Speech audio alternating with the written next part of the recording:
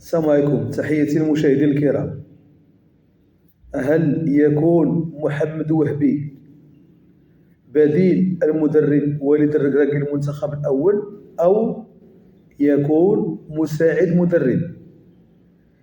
يعني أنا لا أظن أنه وهبي بطل العالم للشبان أن يكون مساعدا مدربا لمدرب فاشل صراحة. مدرب فشل في الدورة ديال كوت ديفوار والتقسينة ضد جنوب افريقيا كما لاحظتوا داك الماتش، هدفين لصفر. ثم قوى علينا قوات الهضره في هاد كاس افريقيا اللي داز في المغرب، اللي صراحه داز وحنا كنا في جميع المقابلات ما كنربحو، حتى كنكرازيو لا بالاداء لا بالخطط لا بالاختيارات لا بكل شيء. يعني صراحه المدرب بان على واحد ضعف خطير وكبير صراحه. بان انه المنتخب كبر منه بزاف ماشي شويه. فلهذا الكواليس والتسريبات كتقول انه ربما وهبي يكون مساعد ديالو، وانا ما كنظنش انه مدرب عالمي فاز ببطوله عالميه وربح الارجنتين وما ادراك ما الارجنتين في النهايه ودا كاس العالم الشبان يكون تحت الامره ديال واحد يعني اقل منه شأنا صراحه. الا كان وليد الركراكي مشى لقطر ولعبت معاه كره وصل نصف نهائي كاس العالم، وهبي راه دا كاس العالم. يعني كاين واحد لافونتاج كبير ما بين المدربين.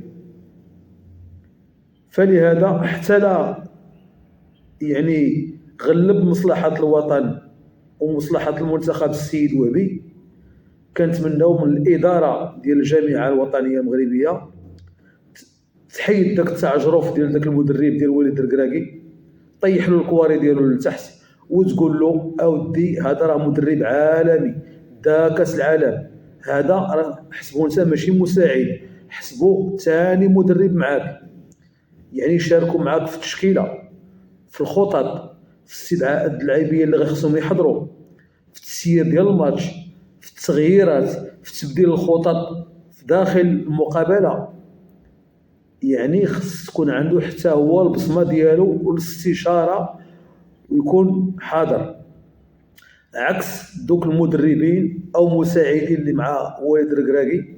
صراحه لا علاقه، اللي دار الركراكي هما غاديين معاه ظالما او مظلوما. الا كان كيخربق مشاو معاه، والا كان جاب حساب مشاو معاه. وحنا ما خصناش هكاك اخويا، حنا خصنا في ديك اللحظه ما الانسان راه خطا كيخطا، ولكن خصنا في ديك اللحظه يكون المساعد يكون بعقله يصلح له. هذا هو اللي كنقولوا انه في كاس العالم اللي جاي ان شاء الله الرحمن الرحيم خص تجديد. حتى لما جددناش المدرب نديروا تجديد ديال الاطور اللي كيخدموا معاه، كلهم خصهم يتبدلوا ويجيو ناس اللي فاهمين وعارفين وعندهم تجارب كبيره يعاونوه ويسروه ويساعدوه ويوفقوه.